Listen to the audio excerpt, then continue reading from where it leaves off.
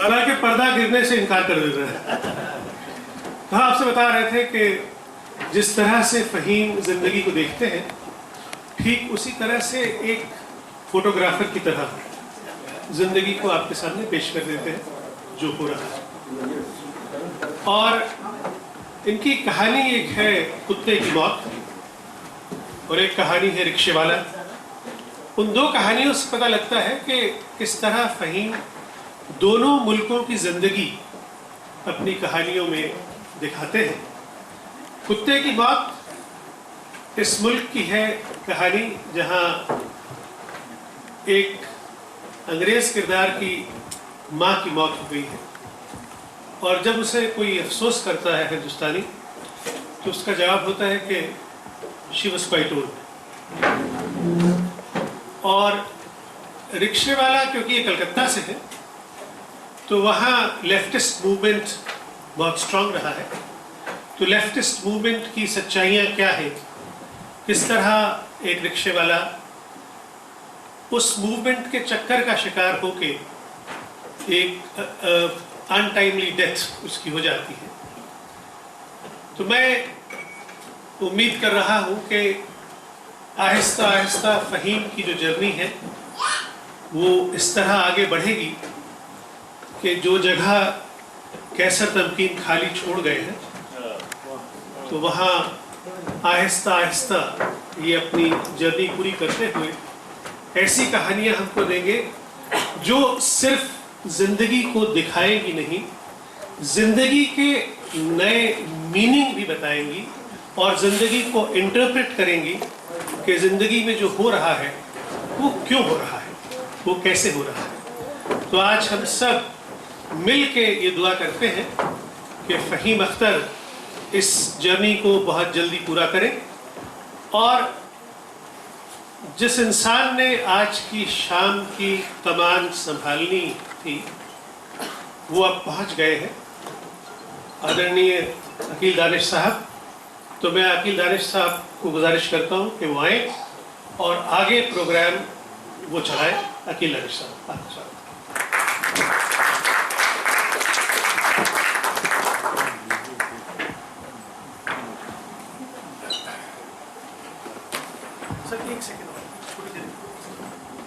हाँ, आपको बताना था कि फ़हीम की किताबें अवेलेबल हैं और फ़हीम ने कहा है कि आज उन किताबों से जो भी पैसे इकट्ठे होंगे वो ग्रेट ऑर्मंड स्ट्रीट हॉस्पिटल जो कि बच्चों का सबसे फेमस हॉस्पिटल है, वहाँ वो सारे पैसे बच्चों के इलाज के लिए जमा कराए जाएंगे।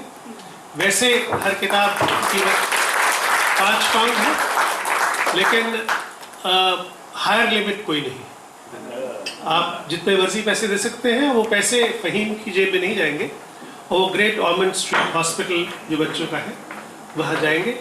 और प्रोग्राम के बाद कुछ स्नैक्स का भी इंतज़ाम है, तो आप लोग रुकिएगा और प्लीज़ एंजॉय द स्नैक्स। और मैं बहुत सारे लोगों को देख रहा हूँ जिनके आने से ये महफिल बहुत इम्पॉर्टेंट हो जाती है, तो उन सब के नाम मैं अकील दानिश साहब को छोड़ता हूँ, वो बताएं। खुवातीन हज़रात, साथियों, आदाब अर्ज़ है, अस्सलाम वालेकुम, सत श्री अकाल और नमस्कार। आज की शाम में आप सबका खुशामदीद, स्वागत। आप सबकी तशरीफ़ आने को बहुत शुक्रिया। मुझे इल्म नहीं कि इस ड्रामे से पहले शमीम साहब का मुकम्मल तारुफ किसी ने कराया नहीं। मैं चंद जुमले अर्ज़ करना चाहता हूँ उनके मुताल्लिक़। उर्दू में एक लफ्ज़ इस्तेमाल होता है अक्सर बेशतर कि फ़लाँ शख्सियत हस्त पहलू शख्सियत। उनमें से एक हमारे रफ़त शमीम साहब हैं, बहुत अच्छे शायर, बहुत अच्छे अदीब। ड्रामा उनकी गुट्टी में पड़ा है। गुरुदत्त जैसे बड़े डायरेक्टर के साथ उन्होंने बहुत अच्छा काम किया है और बहुत दिन तक काम किया है। बॉम्बे से लेकर और लंदन तक मुतअद्दिद खेल उन्होंने संभाले हैं और तमसील निगारी में कई किताबें भी उनकी हैं। मैं समझता हूँ कि शमीम साहब जैसी शख्सियत के यहाँ आना और ये खेल दिखाना हम सब के लिए बड़े एजाज़ की बात है। حضرت حضرات، آج کی شام فہیم اختر کے نام. فہیم اختر کا تعلق کلکتے سے ہے، جسے آپ لوگ کولکتہ کہتے ہیں. ابھی تک میری زبان بھی کلکتہ جڑا ہوا ہے، میں بھی چاہتا ہوں. وہاں انہوں نے بی اے آنرس کیا آزاد کالج سے، اور اس کے بعد یونیورسٹی سے ان میں اردو کی سند حاصل کی. تلاش معاش میں یہاں تشریف لائے اور سماجی خدمات میں انہوں نے یہاں ایک سے تربیت حاصل کی اور بہت بڑی ایک سند بھی لی، اور اس کے بعد اپنے آپ کو وقف کر دیا 2 کاموں کے لیے، سماجی خدمات کے لیے اور کہانی لکھنے کے لیے. میں یہاں یہ عرض کرتا چلوں کہ ہم 2 الفاظ استعمال کرتے ہیں کہانی کے لیے، کبھی کبھی افسانے بھی کہتے ہیں. ہمارے بہت بڑے لکھنے والے یہاں موجود ہیں، ذکیہ صاحب بھی موجود ہیں، یہ مجھے بات پہ سوال کریں گے کہ کہانی صرف کہانی ہے، کیا ہوا، کیسے ہوا، کیوں کر ہوا. اور افسانے میں تھوڑا سا فسوگاری اور جادو کا سلسلہ بھی آ جاتا ہے، یعنی قلم اپنے آپ کو مختلف مناظروں میں مصروف کر لیتا ہے. مختلف ایسی چیزیں جو لکھنے والے کے ذہن میں ہوتی ہیں، بعض اوقات ان کا تعلق زندگی سے نہیں ہوتا، لیکن وہ باہر یہ چلا جاتا اپنے الفاظ کے دریا میں پڑھنے والوں کو. فہیم نے فسانے نہیں لکھے ہیں، فہیم نے زندگی لکھی ہے، جسے بھی بہت بڑے کہانی کار شرما صاحب آپ سے گزارش کر رہے تھے. فہیم کا سب سے بڑا کام یہ ہے کہ انہوں نے کوئی کردار کہیں سے اتارا نہیں ہے، بلکہ اپنے اطراف میں چلتے پھرتے جتنے بھی کردار ہیں ان کے یہاں زندگی سے بھرپور، اور کوئی بھی ایسا نہیں ہے کہ جو یا تو فرشتہ ہو یا شیطان ہو، بلکہ انسانی نفسیات کی جتنی کمزوریاں ہیں وہ ان کے کہانی کے کرداروں میں بھی مصروف ہیں. میں کہانی کا ذکر آیا ہے اور افسانوں کا ذکر آیا ہے تو ایک بہت لطیف بات گزارش کرتے چلوں آپ سے. ایک بہت بڑے ہمارے اردو کے لکھنے والے تھے نیاز فتح پوری صاحب، نگار جن کا رسالہ تھا، اور وہ اپنی ذات سے ایک دبستہ تھے، بہت بڑے رائٹر تھے، اور زندگی کی بہت سی جہتوں میں آج تک اردو ادب ان کا جواب پیدا نہیں کر سکا. ایک خاتون نے انہیں خط لکھا کہ میرا نام طاہرہ دیوی شیرازی ہے اور میں کہانی بھیج رہی ہوں، چھاپ دیجیے. وہ کہانی بہت خوبصورت تھی، وہ انہوں نے چھاپی. لوگوں نے پھر سوال کیے کہ بھائی طاہرہ دیوی شیرازی آپ کہاں ہیں؟ تو انہوں نے کہا کہ میں کلکتے میں پیدا ہوئی تھی، بنگالی میں جانتی ہوں، اور اس کے بعد میرے والد تھے وزارت خارجہ میں، ایران میں ان کا تبادلہ ہوا اور کئی سال میں نے وہاں گزارے، تو میں فارسی بھی جانتی ہوں، اس لیے میں شیرازی اپنے آپ کو لکھتی ہوں. طاہرہ میرا نام ہے اور بنگال کی نسبت سے دیوی بھی ہوں میں. وہ چھپتے رہے، لوگ مستقل پریشان کہ یہ کون خاتون اتنا اچھا کیسے لکھ رہی ہیں.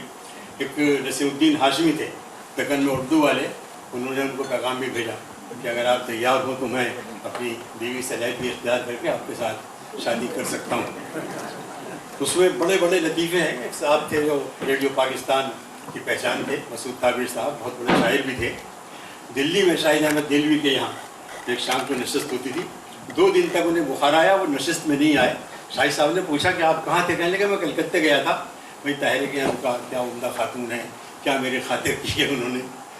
اس کے بعد اس طرح مستقل وہ سلسلہ چلتا رہا، اور یہ جب پاکستان بنا اور پاکستان بننے کے بعد ایک رسالہ نکلتا تھا ڈائجسٹ. اس ڈائجسٹ میں ایک صاحب نے مضمون لکھا، اس کا عنوان تھا پردہ اٹھتا ہے. وہ صاحب فضل حق دہلوی تھے، اور انہوں نے یہ تمام چیزیں ترتیب دی تھیں، یہاں تک کہ ایک آرٹسٹ سے ایک تصویر بنوا کر بھی بھجوا دی تھی جو نگار میں چھپا کرتی تھی کہ طاہرہ دیوی شیرازی ہے. معلوم ہوا کہ وہ فضل حق صاحب مستقل لکھتے تھے اور وہ چھپتے تھے، اور پورے ہندوستان میں طاہرہ دیوی شیرازی کی دھوم مچی ہوئی تھی. اسی طرح ایک اور قصہ بھی ہے، یہاں ہمارے دوستوں میں سے انتقال ہوا شاہ صاحب کا، لمبے شاہ صاحب کہلاتے تھے. ان کے والد تھے شاہ دلگیر، وہ بھی رسالہ نکالتے تھے، نیاز فتح پوری کے ساتھیوں میں سے تھے. ان کا رسالہ نکلتا تھا نقاد آگرے سے. وہ بھی بہت خوبصورت شاعر تھے، اور دلچسپی تھی انہیں خواتین کے خطوط پڑھنے سے اور لکھنے سے. ایک خط ان کے پاس آیا کسی کا کہ میں خاتون ہوں، میں دلی میں رہتی ہوں، اور میں آپ کو یہ کہانی بھیج رہی ہوں، اور آپ کے اشعار مجھے پسند ہیں. تو خطوط کا سلسلہ چلتا رہا. اور خاتون کا نام تھا قمر زمانی بیگم. اور اس کے بعد انہوں نے کہا کہ آپ اس سے دلی میں ملنے آئیے، اور فلاں جگہ میں رہتی ہوں. جب وہ تشریف لائے وہاں دلی تو معلوم ہوا کہ وہ اندر ہیں, خاتون باہر نہیں آ سکتی, ماموں میں آ گئے اس وقت. تو مجھے آپ سے پھر کل ور ملاقات ہوگی. جا کے ایک دو دن ہوٹل میں رہے وہ صاحب, اور اس کے بعد کسی طرح ملاقات نہیں ہو پائی, اس لیے کہ وہ عمر زمانی بیگم خود نیاز فتح پوری تھی. تو اس پہ ہمارے بہت بڑے نقاد اردو کے اور بہت اچھے لکھنے والے نیاز فتح پوری, فرمان فتح پوری صاحب نے کتاب بھی لکھی ہے عمر زمانی کی حیات معاشرہ. تو بات ہو رہی تھی کہانیوں کی اور افسانوں کی. فہیم نے زندگی کو بہت کچھ دیا ہے. میں گزارش کروں کہ فہیم صاحب تشریف لے آئیں اور یہاں رونق افروز ہوں. اور فہیم صاحب کے بعد پھر سلسلہ مہمانوں کا ہے. آپ کی ایک مرتبہ میں سب کا شکریہ ادا کرتا ہوں. میں آپ سب کا شکریہ ادا کرتا ہوں, خاص طور سے جو منتظمین ہیں یہاں اس مرکز کے, اور وہ بہت صاحب یہاں اس وقت موجود نہیں ہیں یا ہیں کہیں, تو میرا شکریہ ان تک بھی پہنچ رہا ہے. فہیم کی طرف سے بھی میں اور اپنی طرف سے بھی بہت سب کا شکر گزار ہوں. خواتین حضرات, ہمیں بڑا فخر و مسرت ہے کہ ایک نابغہ روزگار ہستی ہمارے درمیان موجود ہے. میں نے ایک محفل میں کہا تھا کہ اگر کوئی یہ کہے کہ تیسری دنیا, جسے اب ہم کہتے ہیں اردو کی تیسرا دبستان, یہ جس کو برطانیہ کو, وہاں اگر آپ کسی کو ہندوستان یا پاکستان بھیجیں اور یہاں کی وہ نمائندگی کر سکے تو وہ نام کون سا ہوگا؟ تو میں نے عرض کیا تھا کہ بلا مبالغہ وہ نام ہے رضا علی عابدی کا نام. بہت ملے ہوئے صحافی, براڈ کاسٹر, افسانہ لکھتے ہیں, اور ابھی 2 ہفتے پہلے مجھے علم ہوا کہ وہ شاعری بھی کرتے ہیں. آج تک انہوں نے اس کو صیغہ راز میں رکھا تھا اپنے اس فن کو.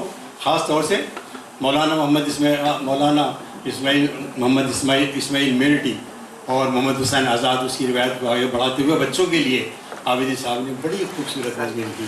میں گزارش کروں کہ یہ صداروں پر تشریف فرمائیں عابدی صاحب. خواتین حضرات, اگر شرما صاحب مجھے اجازت دیں تو میں ان سے گزارش کروں کہ وہ تشریف لائیں تاکہ ہم سب دیکھتے رہیں. بہت بڑے کہانی کار ہوں. تشریف لائیں.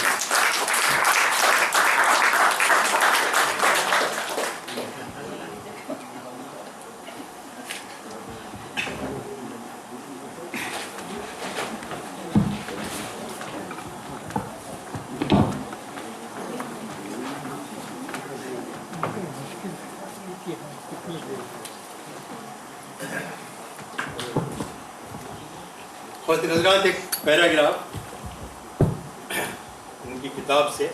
اوپر آ جائیے, میں ابھی حاضر ہوں, جو ذرا سا روشنی بھی آپ سب کچھ اور زیادہ دکھائی دیں گے.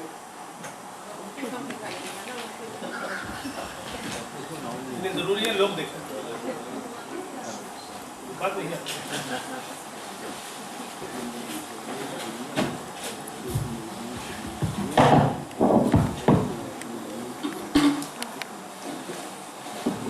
خواتین حضرات, فہیم نے جو کہانی بھی لکھی ہے وہ دل کو چھونے والی لکھی ہے. ایک کہانی میں نے پڑھی اور بہت عرصے تک وہ میرے دماغ پر چھائی رہی. ہمارے سماج میں کس طرح کی باتیں ہوتی ہیں. ایک مہتر کی کہانی ہے, اور اس کا بیٹا بہت مجبوری کی حالت میں ایک جگہ پہنچتا ہے, اور اسے معلوم ہے کہ فلاں شیخ صاحب آئیں گے فلاں مندر کے قریب, اور وہ پیسے بھی لوگوں کو دیں گے اور کپڑے بھی دیں گے.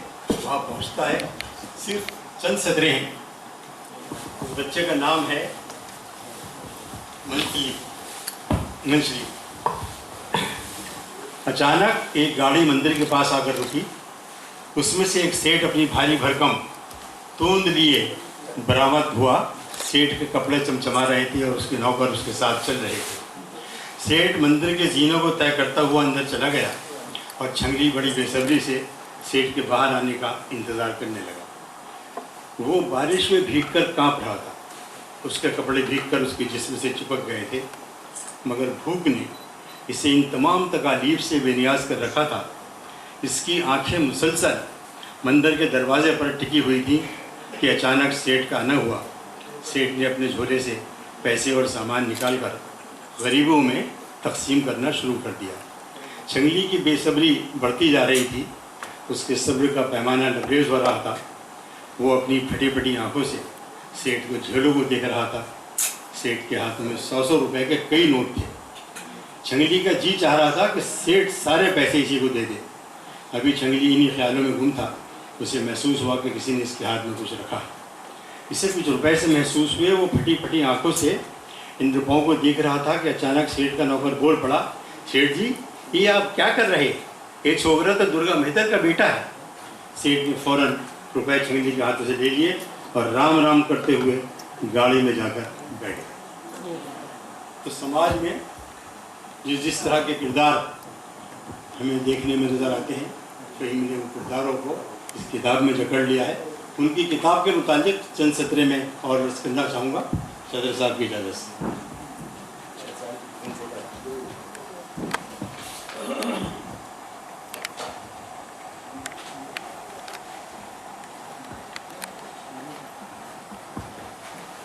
एक गुरेज़ा लम्हा नौजवान अफसाना निगार फ़हीम अख्तर की कहानियों का मजमुआ है।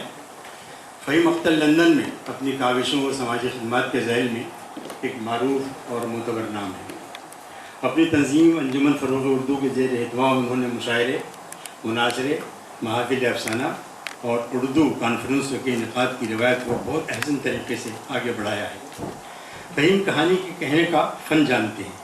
उनकी नज़र समाज के ऐसे गोशों पर भी है जहाँ हर कस व नाकस का गुज़र नहीं होता। उन्होंने अपनी कहानियों में ऐसी ज़िंदा हकीकतें बयान की हैं जो रोज़मर्रा की ज़िंदगी में हम सबकी नज़रों से गुज़रती हैं, लेकिन हम इन हकीकतों से बेनियाज गुज़र जाते हैं। फ़हीम अख्तर ने अपनी कहानियों को अफसाना अफसों से मुमय्यज़ किया है। वो ज़हनी तौर पर दो दुनियाओं में रहते हैं, मशरिक़ और मग़रिब। साहिर ने अपनी नज़्म में जिस तंज़ का इजहार किया था और बड़े कर्ब से कहा था, सनाख़ाने तक़दीस मशरिक़ कहाँ है, सनाख़ाने तक़दीस मशरिक़ को लाओ। फ़हीम ने इस कर्ब को अपनी कहानी वंदे मातरम में उजागर किया है।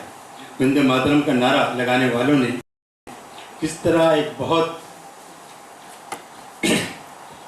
ही हरदिल अजीज़ अम्मा के दो बच्चों को अपनी नफ़रत की भीड़ चढ़ा दिया और शौहर को जलाकर मार दिया, यह मशरिक़ का एक रुख है। मशरिक़ के दूसरे रुख को फ़हीम ने भरपूर तासुर से पेश किया है। मशरिक़ में माँ की अज़मत और हुर्मत इंसान के खून में रची होती है। जब फ़हीम अपनी कहानी कुत्ते की मौत के डेविड से अपनी मरी हुई माँ के बारे में ये लफ्ज़ कहलवाते हैं, वो बूढ़ी थी या गौन पड़ी, तो पढ़ने वाले का दिल काँप जाता है। फ़हीम की कहानी कहने का अंदाज़ ऐसा सादा, दिलचस्प और दिलफरेब है कि कहानी शुरू करने के बाद क़ारी उसे ख़त्म करने पर मजबूर हो जाता है। हर जुमले पर वो यही सोचता है कि फिर क्या हुआ, और ये फिर अक्सर ऐसा गैर मुतवक्के, अजीब और चौंकाने वाला होता है कि क़ारी थोड़ी देर के लिए सकते में आ जाता है। उनकी कहानी प्यासी नदी की जवान हीरोइन अर्चना अपने किराएदार अमन के बारे में अपने बूढ़े शौहर मोहन बाबू से कहती है, क्यों ना हम अमन को गोद लें। तो क़ारी जिन्स के मीनार से उतरकर ममता के बागीचे में पनाह ले लेता है। फ़हीम ने अपने किरदार अपने अतराफ़ से लिए हैं, ये हंसते भी हैं, रोते भी हैं, मोहब्बत भी करते हैं और ख्वाब भी देखते हैं। उनकी कहानी डोरबेल ऐसे ही एक ख्वाब का इशारिया है, जिसका हीरो आकाश अपनी एक साथी अमृता को चाहने लगता है। अमृता एक शादीशुदा लड़की है, दोनों बहुत करीब आ जाते हैं। अमृता को एक कॉलेज में दाखिला मिल जाता है और वो दफ्तर छोड़ देती है। कुछ मुद्दत के बाद दफ्तर ख़त्म होने के बाद वो आकाश के दफ्तर की घंटी बजाती है। दोनों बड़ी गर्मजोशी से मिलती हैं और एक जान दो खालिब हो जाते हैं। जज्बात का तूफ़ान उतरने के बाद आकाश के कानों में घंटी की आवाज़ आती है। आकाश दरवाज़ा खोलता है, कोई नज़र नहीं आता। वापस कमरे में आता है तो अर्चना गायब होती है। फिर उसे ख्याल आता है कि घंटी तो ख़राब है, गोया ख्वाब था, जो कुछ देखा जो सुना अफसाना था। फ़हीम की कहानियों में जगह जगह इंसानी नफ्सियात की खूबसूरत तशरीहात नज़र आती हैं। उनका फ़न यह है कि वो किसी बात का प्रचार किए बगैर बड़ी आसानी और रवानी से अपना माफ़ी ज़मीर अदा कर देते हैं और पढ़ने वाला इस तासुर में डूब जाता है कि मैंने ये समझा कि गोया ये भी मेरे दिल में है। फ़हीम ने बाज़ कहानियों में ज़माने के जुल्म, ज़्यादती, फ़रेब, धोखाधड़ी और गैर इंसानी रवैयों की तरफ भी इशारा किया है। जैसा उनके किरदार हरिया के साथ हुआ। रिक्शा चलाने वाला हरिया अपनी यूनियन के कहने पर हड़ताल पर चले जाता है।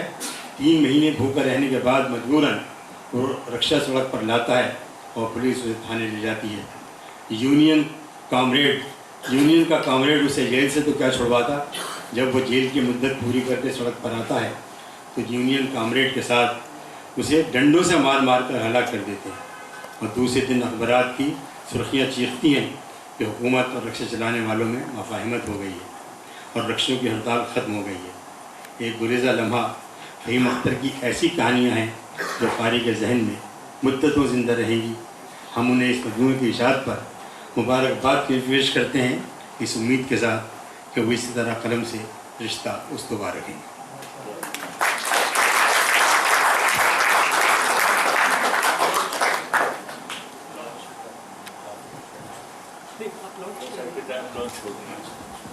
ये ख़वातीन हज़रात, बड़े मुसर्रत का मकाम है कि आबिद साहब ने यहाँ तशरीफ़ लाने के लिए वादा भी किया, तशरीफ़ भी लाए, अपना कीमती वक्त दिया। मुझे इल्म है उनकी मसरूफ़ियात, वो क़लमों मसरूफ़ियात हैं उनकी, लिखना भी है, पढ़ना भी है, अखबारों के लिए भी लिखना है हिंदुस्तान और पाकिस्तान में। उसके बावजूद अदब से उनकी मोहब्बत का ये एक सबूत है हमारे सामने कि वो तशरीफ़ फरमा है। मैं उनसे गुजारिश करूँ कि जवां साल फ़हीम अख्तर की कहानियों के मजमूए की रुनमाई फरमाएं। जनाब गज़ाली आबिदी साहब। और हज़रात, आप सब के लिए एक और खुशकिस्मती, बहुत अच्छी कहानीकार, मुंतज़िम काउंसलर यहाँ मौजूद हैं, मोहतरमा ज़किया ज़ुबैरी। मैं उनसे गुजारिश करता हूँ तशरीफ़ लाएँ, आबिद साहब का साथ दें। काउंसलर स्टीवन भी यहाँ मौजूद। I will request to Councillor Stephen to come on stage, please, and join the team of the opener of this book, please.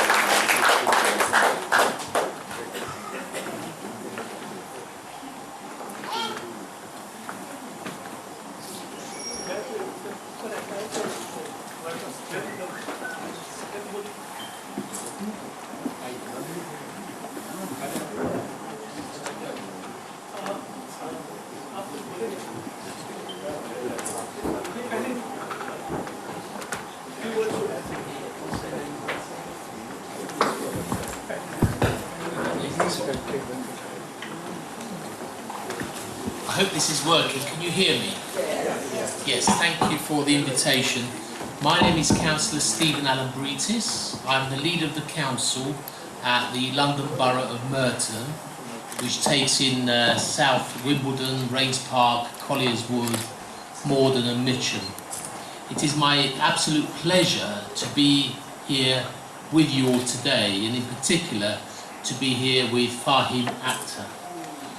I have known Fahim Akhtar for a number of years, and I congratulate him on his achievements to date. My intention as leader of the council at the London Borough of Merton is to run a good borough with good community cohesion, where the different diverse communities talk to each other, get on with each other, liaise with each other, and respect each other. I could not do that without Fahim Akhtar. Fahim is the chairman of the British Muslim Association of Merton. He was elected to that post just recently, and I was delighted when I saw his name come up. He lives in Merton, he works in Merton, Ellie is a pillar of the community in Merton, and I applaud him wholeheartedly. Thank you very much. Councillor Stephen was expressing his idea about Fahim Akhtar. आपने किताबों का उद्घाटन देखा, रस्म रुनवाई मुलाहिजा फरमाई और किताबों की चेहरानुमाई हुई। मैं फ़हीम को, उनकी बेगम को, बेटी को, उनके तमाम मिलने वालों को मुबारकबाद देता हूँ इस किताब की शाह पर, और दरख्वास्त करता हूँ बसरत आज की महफिल के रूह रवां जनाब रज़ा अली आबिदी से इस मौके पर कुछ तशरीफ़ ला रहे हैं। जनाब रज़ा अली आबिदी।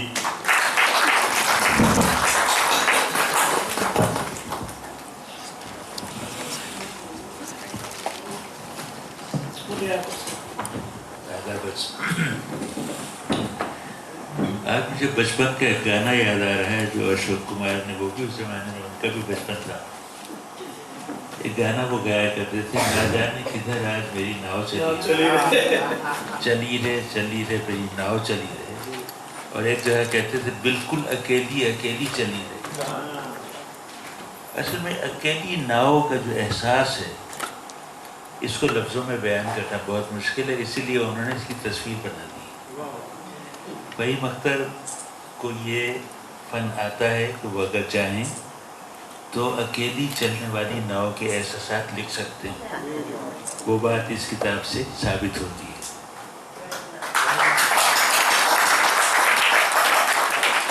फ़हीम को नौजवान कहा जा रहा है, ये सुन के मुझे बार बार खुशी होती है। बिलाशुबा हम सब के मुकाबले में वो नौजवान हैं, और ये बड़ी अच्छी बात है कि एक नौजवान कहानीकार उठा और कहानियाँ लिखा। लेकिन जो उनके हक़ में जो बात जाती है वो उनका ताल्लुक़ एक ऐसे शहर से है कि तारीख़ में उसका एक अपना मकाम है। कलकत्ता, हमारे वहशत कलकत्वी का शहर।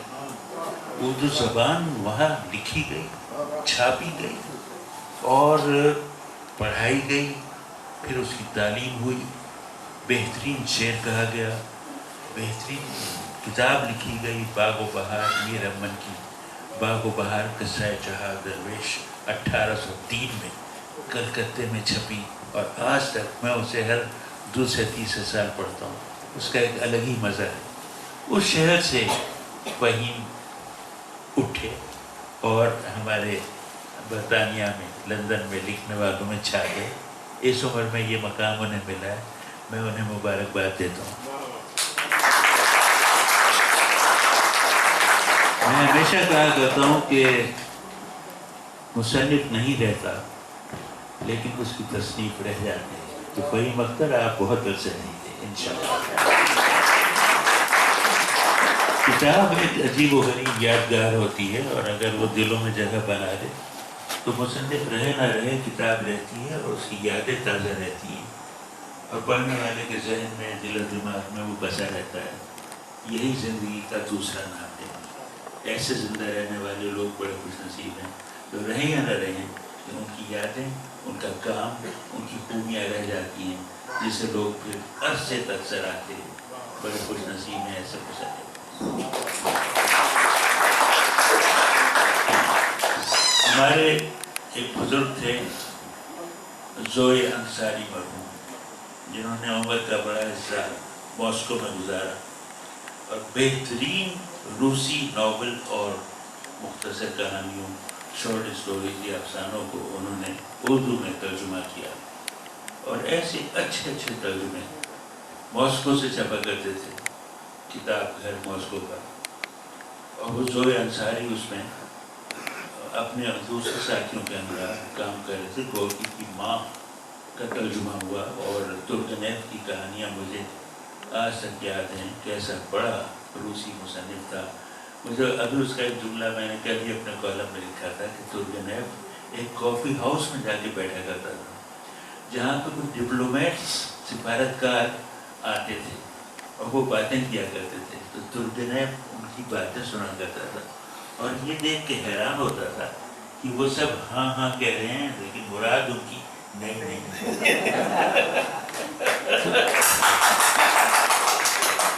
ज़ोए अंसारी एक बार लंदन आए, تو افسانے کی کبھی بات ہو رہی تھی اس دن. اب ہمارے یہاں جو برطانیہ میں خواتین ہیں وہ سب غزلیں کہنے لگی ہیں. کہانی کہنے کا رواج پتہ نہیں کیوں اٹھ گیا ہے. اس زمانے میں خواتین بڑی اچھی کہانیاں کہہ رہی تھیں اور زوہر انصاری انہیں دونوں لندن آئے تو کہانی کی بات ہو رہی تھی.